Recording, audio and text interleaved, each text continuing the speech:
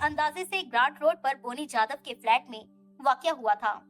उसे वीडियो कैमरे के आगे बिठाकर वो उससे वो सब तोता रटंत दोहराता है और यूं तैयार शुदा कैसेट एक फर्जी नाम से हमें भेज देता है। हम उसको जेन्युइन मानकर उस पर अमल करें तो वाह वाह, नहीं तो उसका क्या गया। Sir, this is to for fest. Jeet Singh ऐसा नहीं कर सकता। तुम्हें कैसे मालूम? उस जैसा मामूली इंटेलिजेंस वाला अनपढ़ों जैसा शख्स। तुम्हें क्या मालूम? जरूरत पड़ने पर कौन क्या कर सकता है तुम्हें कैसे मालूम? कमाल है। ये ना बोलो कि उस लड़की की सूरत मुंबई में कोई 150 लोगों ने नहीं देखी थी। उसकी सूरत मकतूल ने देखी थी, या कातिल ने देखी थी, या कथित चश्मदीद गवाह शेख मुनीर ने देखी थी, और या तुम्हारे जीत सिंह ने देखी थी। मकतूल इस बारे में कुछ कह नहीं सकता। ये लड़की अगर जीत सिंह की क्रिएशन है तो वो तो हरगिज नहीं कहेगा कि ये लारा रेबेलो नहीं है। कातिल बोनी जादव और गवाह शेख मुनीर चाकर भी इस बारे में कुछ नहीं कह पाएंगे, क्योंकि वो दोनों अपने बयान में ऐसी किसी लड़की के वजूद को सिरे से नकार चुके हैं। इन हालात में इस कैसेट के जरिए जीत सिंह का कोई ब्लफ क्यों नहीं चल सकता? ये ब्लफ नहीं है। जलानी के स्वर में उत्तेजना का पुट आ गया।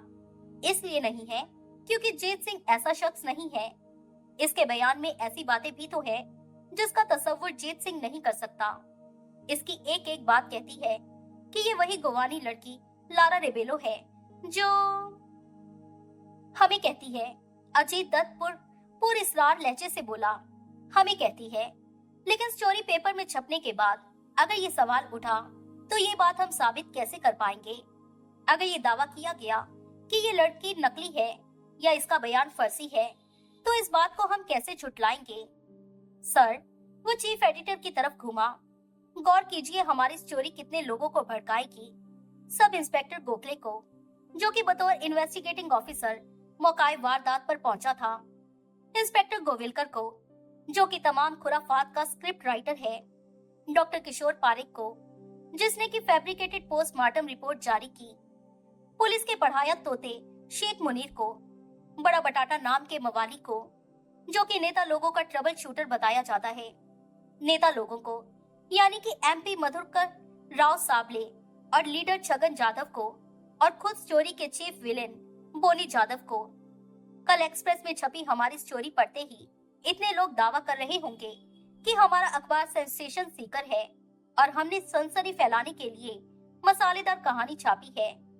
तब हमारे पास एक तरफ तो चौतरफा दबाव होगा कि कहानी को सत्यापति करने के लिए हम लारा रेबेलो को पेश करें, जो कि हम नहीं कर सकेंगे, नहीं कर सकते, क्योंकि हमें मालूम ही नहीं कि वो कहाँ है।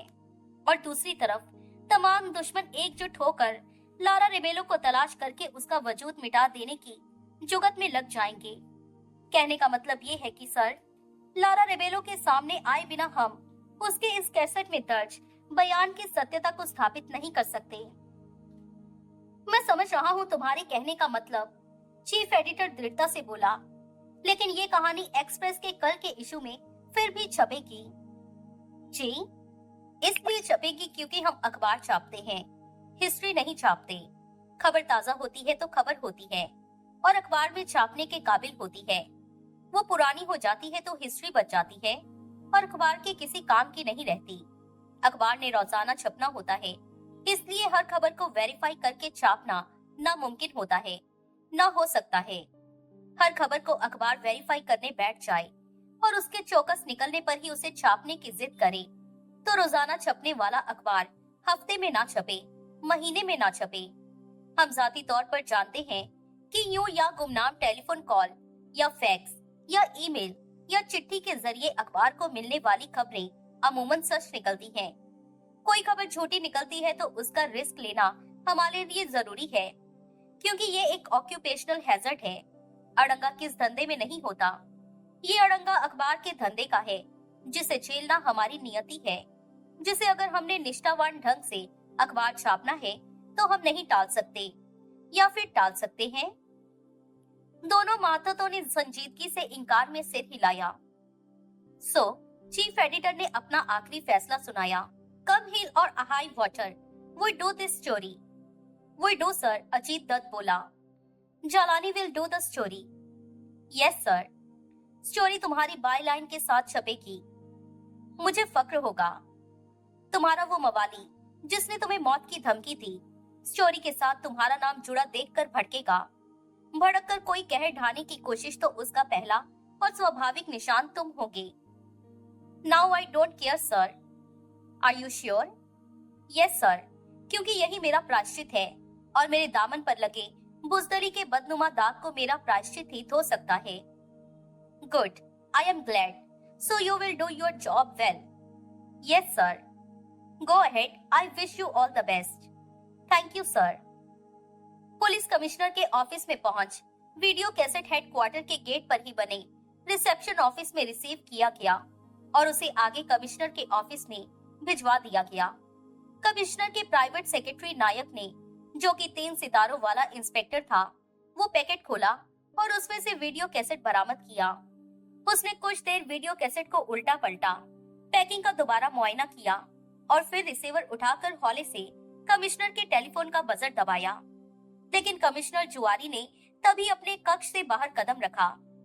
पीसी उछलकर खड़ा हुआ और अपने टॉप बॉस ध्यानाकर्षण की खातिर व्यग्र भाव से बोला, सर। कमिश्नर ठिठका, फिर अपने पीएस की टेबल के करीब पहुंचा।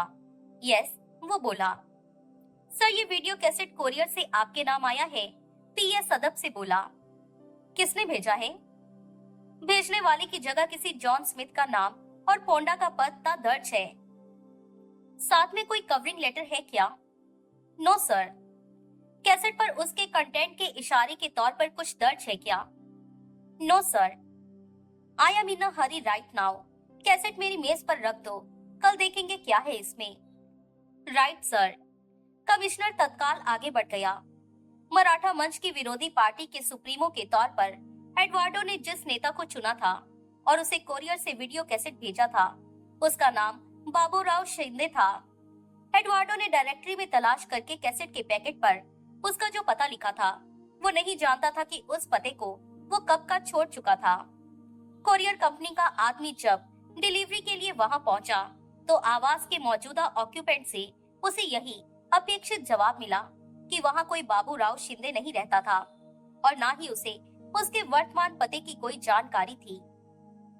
ऑक्यूपेंट की राजनीति में कतई कोई रुचि नहीं थी, इसलिए उसे ये भी नहीं मालूम था कि बाबूराव शिंदे कोई नेता था। नतीजतन कोरियर वाले ने पैकेट पर address incorrect, addressee not residing at given address लिखा और पैकेट को भेजने वाले के पास लौटाए जाने के लिए अपने ऑफिस में जमा करा दिया। बुधवार 27 जनवरी। पुलिस कमिश्नर जुआरी अपनी बेड टी के साथ अखबार पढ़ने का इतना आदी था कि कभी संयोगवश अखबार लेट आता था तो वो भी लेट उठता था और चाय तभी तलब करता था जबकि अखबार आ जाता था। उस रोज घर के नौकर ने बेड टी और अखबार उसे सर्व किया तो अखबार के मुख्य पृष्ठ पे निगाह पड़ते ही वो चाय पीना भूल गया। अखबार एक्सप्रेस का था और उसकी एक सिरे से दूसरे सिरे तक फैली हेडलाइन थी, पुलिस की मिलीभगत से एक बेगुनाह का खून, रक्षक ही भक्षक बने। वाकये के असल चश्मदीद गवाह ने षड्यंत्र का पर्दाफाश किया। खबर के साथ में लारा रेबेलो की जो तस्वीर छपी थी, वो वीडियो कैसेट का ही एक फ्रीज शॉट था, इसलिए इतनी स्पष्ट नहीं थी जितनी को वो प्रेस फोटोग्राफ होती। हेडलाइन के नीचे पहले लारा रेबेलो का बयान छपा था और फिर संवाददाता के कमेंट्स के तौर पर स्पष्ट रूप से अंकित था कि केकी मिस्त्री नाम के नौजवान का डेलिब्रेट कोल्ड ब्लडेड मर्डर हुआ था। उसको अंजाम देने वाला शख्स बोनी जादव था। उसका कथित चश्मदीद गवाह शेख मुनीर एकदम झूठा था। लारा रेबेलो के बयान से अब स्थापित था कि चश्मदीद तो क्या, वो तो गवाह ही नहीं था, वो तो मौकाए वारदात पर मौजूद ही नहीं था। और इस घिनौने षड्यंत्र की तमाम लिपापोती तारादेव थाने से सब इंस्पेक्टर गोखले और हवलदार पावटे ने की थी, जो कि तफ्तीश के लिए मौकाए वारदात पर पहुंचे थे और जिन्होंने न सिर्फ वाकये के वक्त मौकाए वारदात पर मौजूद केकी मिस्त्री की गर्लफ्रेंड लारा रेबेलो का जिक्र ही सिरे से गायब कर दिया था, बल्कि पूरी बेशर्मी से उसके अगवा में भी बराबर की शिरकत करके दिखाई थी। लारा रेबेलो के बयान से, जो कि केवल एक्सप्रेस को उपलब्ध था, अब निर्विवाद रूप से स्थापित था कि उसके अगवा को दिलीप भालेकर नाम के एक मवाली ने अंजाम दिया था। जो कि नगर के जराइम पेशा तबके से बड़ा बटाटा के नाम से मशहूर था और जो मराठा मंच पार्टी के एमपी मधुकर राव साबले का खास आदमी बताया जाता था। और उसी ने नेताजी के भतीजे को कत्ल के इल्जाम से बचाने के लिए तफ्तीश के लिए पहुंचे पुलिसियों को इस हद तक करप्ट किया था कि उन्होंने मकतूल की मित्र लारा रेबेलो नाम की युवती को उस भेड़िए के हवाले कर दिया था जिसने उसे जबरन ड्रग एडिक्ट बना दिया था ताकि वो हकीकत को बयान करने के काबिल ना रहती और आखिरकार हेरोइन के नशे के अतिरेक में मर खप जाती। अपने फर्ज के साथ दगा करने वाला, अपनी वर्दी को रिश्वत की कालिक से दगादार करने वाला वो इन्वेस्टिगेटिंग ऑफिसर कितने में बिका, ये या तो बिकने वाला जानता है या खरीदने वाला। लेकिन ये बात सर्वविदित है कि बड़ा काम बड़े रोकड़े से ही होता है। पुलिस के उच्च अधिकारियों की आंखें अगर इस हाहाकारी वाक्य से ना खुली तो हमें यकीन है कि वो कभी नहीं खुलेंगी। तो हम यही कहेंगे कि इस शहर का निजाम गुंडे मवालियों और करप्ट राजनीति बाजों के हवाले है कि नगर की अमन शांति के फ्रंट पर पुलिस कमिश्नर और उसकी फोर्स की हाजिरी इसलिए नहीं है कि वो लोग अमन पसंद शहरियों के काम आए और हिफाजत करें, बल्कि इसलिए है कि जब गुंडा एलिमेंट अमन पसंद शहरियों पर कहर बरपा रहा हो तो वो बकायदा उसके हाथ मजबूत करे। न्यूज मोटे अक्षरों में छपी पंकज झालानी की बाई लाइन के साथ छपी थी।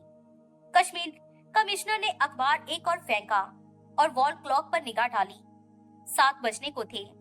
टेलीफोन के बगल में पड़ी अपनी चाय को नजरअंदाज करते उसने फोन का रिसीवर उठाया और एक्सप्रेस के चीफ एडिटर शिवा रामन का नंबर डायल किया, जिससे कि वो भली भांति परिचित था। दिस इज जुआरी स्पीकिंग। जवाब मिला तो वो माउथ पीस में बोला, हेलो सर, गुड मॉर्निंग। उत्तर मिला, how are you? I am fine. कैसे याद किया सुबह सवेरे? तुम्हारा अखबार पढ़ा। That's very good. How did you like our lead story? I did not. अरे ऐसा क्यों? मिस्टर शिवरामम, ऐसी बेबुनियाद बातें छापना गलत है। Sir, I agree with you. और एक गैर जिम्मेदाराना हरकत है ना सर? सेंसेशन सीकर तो आजकल सारे ही अखबार वाले बन गए हैं, लेकिन इस रैट रेस में एक्सप्रेस सबसे आगे निकलने की कोशिश करेगा, ऐसी उम्मीद मुझे नहीं थी। Sir, I am afraid I don't understand you. You understand me very well. But sir, नहीं समझते तो मैं समझाता हूँ। मिस्टर शिवरामन, तुम्हारी आज की लीड स्टोरी एक गढ़ी हुई कहानी है और इस रिपोर्टर के खुराफाती दिमाग की उपज है, जिसकी बाई लाइन के साथ वो कहानी छपी है। बट सर, अभी मेरी बात पूरी नहीं हुई। सॉरी सर, हो सकता है इस केस के सिलसिले में उसे संबंधित थाने के किसी स्टाफ से कोई शिकायत हुई हो, लेकिन उस शिकायत को रंजिश बना लेना और उसकी भड़ास एक्सप्रेस के माध्यम से यूं निकालना एक गलत और नाजायज बात है, और उसको ऐसा करने का मौका देना और भी गलत और नाजायज है, जिसके लिए चीफ एडिटर को ही जिम्मेदार ठहराया जा सकता है। May I speak now sir? Yes, you may. मैं अपनी जिम्मेदारी बखूबी समझता हूँ और मेरी टीम भी अपनी जिम्मेदारी बखूबी समझती है, इसलिए इस बाबत हमें कोई लेक्चर ना काबुल है, भले ही वो नगर का पुलिस कमिश्नर दे रहा हो।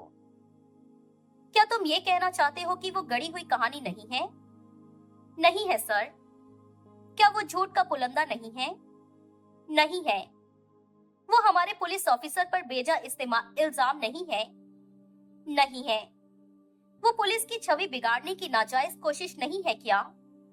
नहीं है। और वैसे भी बिगड़ी चीज को कौन बिगाड़ सकता है?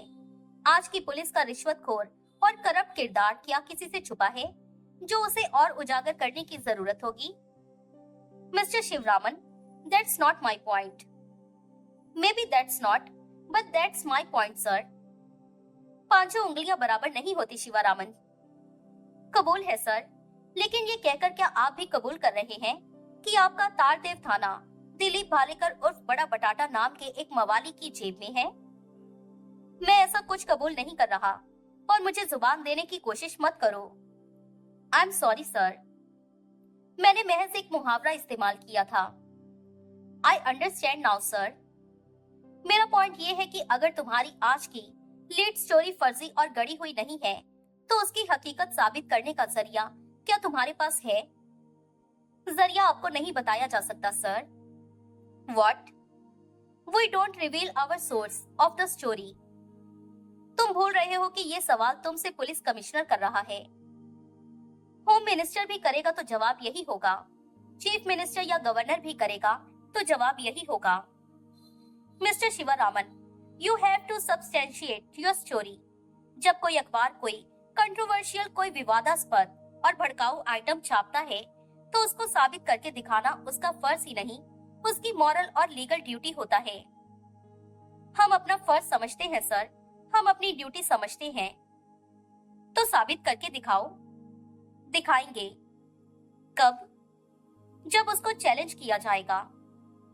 मैं चैलेंज करता हूँ। जब उसको कानूनन चैलेंज किया जाएगा। क्या मतलब? जब हमारे खिलाफ कोई कोर्ट में केस करेगा, जब हमारे खिलाफ कोई प्रेस काउंसिल में जाएगा, तब क्या होगा? तब ऐसा शख्स मुंह की खाएगा, We will teach him a thing or two. वो हमारे पास आ सकता है, तुम्हारे पेपर के खिलाफ FIR दर्ज करा सकता है। Then we will teach you a thing or two. Commissioner हड़बड़ाया। कुछ क्षण खामोशी रही। Are you online, sir? फिर आवाज आई। Are we are disconnected? You seem to be on very sure grounds this time. इस बार कमिश्नर कतरन नम्र स्वर में बोला। वो यार sir, but not only this time. We always are. बड़ा बोल रहे हो। That's matter of opinion, sir. तो तुम नहीं बताओगे कि इस चोरी का तुम्हारा सोर्स क्या है? Sorry sir. अनऑफिशियली भी नहीं बताओगे क्या? फ्रेंडली भी नहीं बताओगे? कुछ क्षण को फिर खामोशी छा गई। कमिश्नर साहब, फिर शिवरामन की आवाज आई। आप मुझे धर्म संकट में डाल रहे हैं। मैंने महज एक सवाल पूछा है। तुमने अभी मेरे इतने सवालों का जवाब इनकार में दिया है। इस एक सवाल का जवाब भी इनकार में दे सकते हो। नहीं दूंगा। तो फिर I will give you a hint. And what's that? हमारे पास लारा रेबेलो के बयान की कैसेट है। क्या ऑडियो? नहीं, वीडियो। लारा रेबेलो ने वीडियो कैमरे के सामने बैठकर अपना बयान दर्ज कराया है, और वो बयान हमारी लीड स्टोरी की बुनियाद है। Video cassette. इससे ज्यादा मैं आपको अनऑफिशियली और फ्रेंडली भी कुछ नहीं बता सकता। कमिश्नर ने हौले से प्लंजर दबाकर लाइन डिस्कनेक्ट कर दी और पीएस का मोबाइल नंबर डायल किया। जुआरी बोलता हूँ। जवाब मिला तो वो बोला, 20 मिनट में ऑफिस पहुंचो। डिब्बे ने माटुंगा में अपने घर पर सुबह की चाय के साथ कोई 8 बजे के करीब उस रोज के एक्सप्रेस पर निगाह डाली तो उसके प्राण कांप गए। जालानी को फंसवाने के लिए बड़ा बटाटा के हुक्म पर अमल करते हुए अपनी धुनाई खुद कराए उसे 1 हफ्ता हो गया था, और वो अपनी चोटों से काफी हद तक उबर चुका था। लेकिन फिर भी अभी वो ग्रैंड रोड पर पहले जितनी लंबी हाजिरी नहीं भरता था। उसने जल्दी अखबार के मुख्य पृष्ठ पर निगाह दौड़ानी शुरू की। ज्यों-ज्यों वो अखबार पढ़ता गया, उसकी हालत बद होती गई। खबर के साथ अखबार में छपी लारा रेबेलो की तस्वीर पर वो निगाह डालता था तो उसकी कनपटियों में खून बचने लगता था और दिल जूते की तरफ सरकता जान पड़ता था। अल्लाह, ये किस सांसद में अपनी जान बस फंसा बैठा वो। कांपते हाथों से उसने बड़ा बटाटा के मोबाइल का नंबर डायल किया। तत्काल संपर्क स्थापित हुआ। शेख मुनीर बोलता हूँ। वो वैसे ही कांपती आवाज से माउथपीस में बोला। क्या मांगता है? भालेकर की कर्कश आवाज आई। अरे, ये तुमने मुझे किस सांसद में फंसा दिया? डिब्बा लगभग रोता हुआ बोला। अब मेरा क्या होगा? क्या बोलता है? पता नहीं झूठी गवाही की कितनी सजा होती है। पता नहीं किसी बेगुनाह को अंदर करवाने की साजिश में शामिल होने की कितनी सजा होती है। मैं तो बर्बाद हो गया मुल्हाजे से। अरे, क्या बकता है? आज का अखबार नहीं देखा क्या? अखबार? कौन सा अखबार? एक्सप्रेस। क्या है उसमें? ऐसा बारूद जो बस फटा की फटा। मरवा दिया तुमने मुझे। क्या अखबार में कुछ छपा है? बहुत कुछ छपा है। इतना कुछ छपा है बाप कि तुम्हारे से भी नहीं झेला जाएगा। मसलन क्या? उस गोवानी लड़की का बयान छपा है जिसको तुम ऐसा अंडरग्राउंड किएला था कि बोलता था कि किसी के बाप के ढूंढे नहीं मिल सकती। लाइन पर खामोशी छा गई। हेलो, दीपा व्यग्र भाव से बोला। हेलो, अभी तू किधर है? भालेकर की आवाज आई। अपने घर पर। उधर का नंबर बोल। डिब्बे ने बोला। उधर ही रहने का है, थोड़ा टाइम में वापस फोन लगाता है। कमिश्नर जुआरी पुलिस हेडक्वार्टर में अपने ऑफिस में पहुंचा। उसका आज्ञाकारी और मुस्तैद पीएस इंस्पेक्टर नायक पहले से ऑफिस में मौजूद था। कमिश्नर को देखकर वो उछलकर खड़ा हुआ और उसने सैल्यूट मारा। कमिश्नर ने पेशानी को एक उंगली से छूकर सैल्यूट का जवाब दिया और पीएस को साथ आने का इशारा किया। पीएस उसके पीछे पीछे कमिश्नर के भव्य और विशाल ऑफिस में पहुंचा। कमिश्नर अपनी एग्जीक्यूटिव चेयर पर जा बैठा। वो वीडियो कैसेट, कमिश्नर बोला, जो कल कोरियर से मेरे नाम इधर पहुंचा बताते थे, किधर है? आपकी इन ट्रे में है सर, पीएस बोला। उसने फुर्ती से ट्रे से कैसेट बरामद करके कमिश्नर के सामने रखा। कमिश्नर ने कैसेट के ब्रांड को उठाकर उल्टा पलटा। उस पर चस्पा कैसेट के ब्रांड के छपे लेबल के सिवाय कुछ नहीं था। क्या तुमने इस कैसेट को चलाकर देखा? उसने सिर उठाकर सवाल किया। नो सर, पीएस बोला। हमारे पास वीसीआर उपलब्ध है क्या? है सर। उसे लाकर इधर मेरे टेलीविजन से जोड़ो। मैं देखना चाहता हूँ कि इस कैसेट पर क्या दर्ज है, कुछ दर्ज है भी या नहीं। Right sir. पीएस ने कैसेट चलाकर देखने का प्रबंध कर दिया तो कमिश्नर ने उसे डिसमिस कर दिया। पीछे उसने साउंड को इतनी लो करके कि वो सिर्फ उसे सुनाई दे पाती। उसने टीवी स्क्रीन पर लारा रेबेलो नाम की गोवानी युवती को बयान देता देखा और सुना। कैसेट खत्म हुआ तो उसने टीवी ऑफ करके वीसीआर को रिवाइंड पर लगा दिया। थानों की पुलिस के करप्ट किरदार की कहानियां उसके लिए नई नहीं थी, लेकिन अगर उस कैसेट में कोई भेद नहीं था तो निकट भविष्य में यकीनन बहुत बड़ा हंगामा बर्पा होने वाला था। ओह माय गॉड, एक मवाली के इशारे पर इतना जुल्म, एक नेता की औलाद के बचाव में इतना बड़ा कवर अप। कैसेट रिवाइंड हो गई तो उसने उसे वीसीआर से निकालकर अपनी मेज के एक दराज में रख दिया और पीएस को तलब किया। कैसेट कैसे पैकिंग में मिला था? कमिश्नर ने सवाल किया। किसी लिफाफे में बंद था या किसी डिब्बे में था? खाकी पैकिंग पेपर में लपेटकर पैकेट सा बना लिया गया था सर, पीएस बोला। उसी पर मार्कर से हमारा पता और भेजने वाले का नाम और पता दर्ज था। पैकिंग तो तुमने रद्दी की टोकरी में डाल दी होगी ना? जी हाँ, लेकिन मैंने उस पर से वो हिस्सा काट लिया था और संभाल के रख लिया था जिस पर कि वो सब नाम पता वगैरह दर्ज था। गुड। क्या था भेजने वाले का नाम पता? नाम जॉन स्मिथ और पता गोवा की एक डिस्ट्रिक्ट पोंडा का था। गुड। तुम फौरन गोवा पुलिस से संपर्क करो। उनको बोलो कि हमारे इस जॉन स्मिथ को टॉप प्रायोरिटी पर पोंडा में तलाश किया जाए और उसे फौरन हिरासत में लेकर हमें खबर की जाए। Yes sir. पोंडा के पते पर इस जॉन स्मिथ के साथ कोई खूबसूरत नौजवान गोवानी लड़की पाई जाए तो उसे भी हिरासत में ले लिया जाए। Yes sir. एक्सप्रेस के ऑफिस में फोन लगाओ।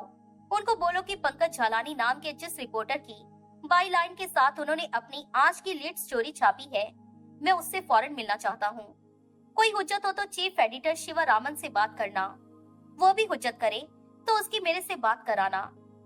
Right sir.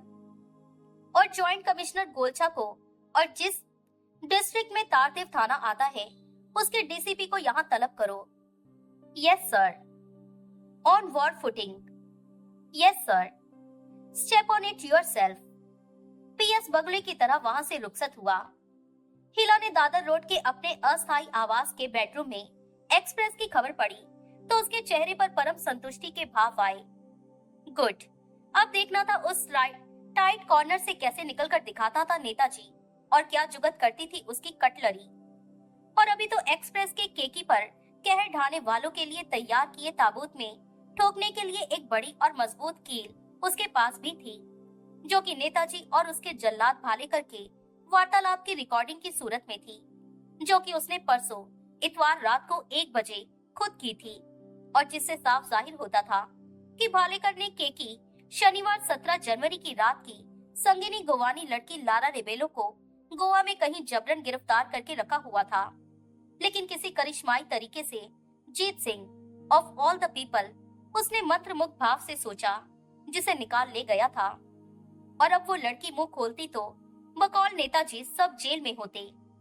तब नेताजी ने अपनी जुबानी तस्दीक की थी कि छगन यादव का इरादा गोवानी लड़की को फौरन खल्लास करने का था, लेकिन उसने अपने साले की नहीं अपने चमचे की सुनी थी। उस रिकॉर्डिंग के किसी इस्तेमाल की बाबत वो परसों रात से ही सोच रही थी। जीते से संपर्क करने का उसके पास कोई जरिया नहीं था और जीते ने अपनी इस बात पर खरा उतर कर दिखाया नहीं था कि वो खुद उससे संपर्क करेगा। कैसे करता? रिकॉर्डिंग बताती थी कि वो मुंबई में तो था ही नहीं, वो तो गोवा में कहीं भटक रहा था और पता नहीं अब भी वही था या गोवानी लड़की के साथ कहीं और खिसक गया था। जीते को वो रिकॉर्डिंग सुनाती तो वो खुद उसका कोई मकूल इस्तेमाल तो ना सोच पाता, लेकिन उसने पंकज झालानी और शेखर नवलानी का भी तो जिक्र किया था।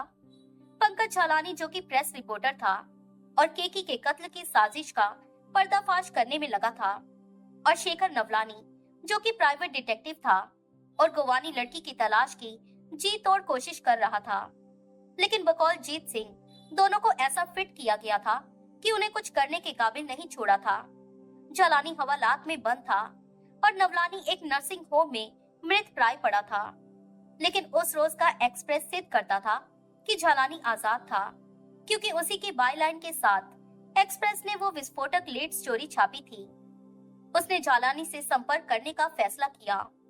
आखिर वो रिकॉर्डिंग सुनने के बाद जीता भी तो वही करता। ठीक। जॉइंट कमिश्नर गोलचा और डीसीपी प्रधान एक साथ कमिश्नर के ऑफिस में पहुंचे। प्लीज सिट डाउन, कमिश्नर गंभीरता से बोला। दोनों ने थैंक यू बोला और उसके सामने दो विजिटर्स चेयर्स पर अगल बगल बैठ गए। शनिवार 17 जनवरी की रात को ग्रांड रोड पर बोनी यादव नाम के शख्स के फ्लैट में एक वारदात हुई थी, जिसमें केकी मिस्त्री नाम के एक दूसरे शख्स की जान गई थी। उसकी बाबत आप क्या जानते हैं मिस्टर प्रधान? डीसीपी तनिक हड़बड़ाया। उसने तनिक खंखार कर गला साफ किया और फिर बोला, वो एक ओपन एंड शट केस था जो कि उसी रात हल भी हो गया था। Please explain. डीसीपी ने संक्षेप में वारदात का पुलिस वर्जन बयान किया। आई सी, कमिश्नर बोला। लिहाजा केस में कोई पेच नहीं था, कोई गुंडी नहीं थी। नो सर, बिल्कुल ओपन एंड शट केस था। तमाम वाक़े का एक चश्मदीद गवाह उपलब्ध था, जो कि... क्या आपने आज का अखबार पढ़ा है? जी हाँ, पढ़ा है। कौन सा अखबार पढ़ते हैं आप? Times of India. फिर तो आपको क्या खबर होगी कि आज के एक्सप्रेस में क्या छपा है? क्या छपा है? आप मेरे से सवाल कर रहे हैं? मेरा मतलब है, क्या कोई खास खबर है उसमें जो कि बाकी अखबारों में नहीं है? कमिश्नर ने उत्तर नहीं दिया। वो जॉइंट कमिश्नर की तरफ घूमा। आप भी टाइम्स ऑफ इंडिया पढ़ते हैं मिस्टर गोलछा? आपने भी आज का एक्सप्रेस नहीं देखा क्या? देखा है सर, जॉइंट कमिश्नर बोला। तो जरा मिस्टर प्रधान को बताइए उसमें क्या छपा है। मैं अखबार साथ लाया हूँ सर। गुड, फिर तो ये खुद ही पढ़ लेंगे। सहमति में सिर हिलाते हुए जॉइंट कमिश्नर ने अपना ब्रीफकेस खोलकर उसमें से उस रोज का एक्सप्रेस बरामद किया और उसे डीसीपी को पेश किया। डीसीपी ने झिझकते हुए अखबार थामा और उसके मुख्य पृष्ठ पर निगाह डाली। तत्काल उसकी उस पर प्रतिक्रिया दिखाई दी। वो बुचक्का सा हेडलाइंस को देखने लगा। फिर तेजी से उसने मुकम्मल तहरीर पढ़ी। ये फिर वो यूं बोला जैसे आवाज कंठ में फंस रही हो। ये क्या है?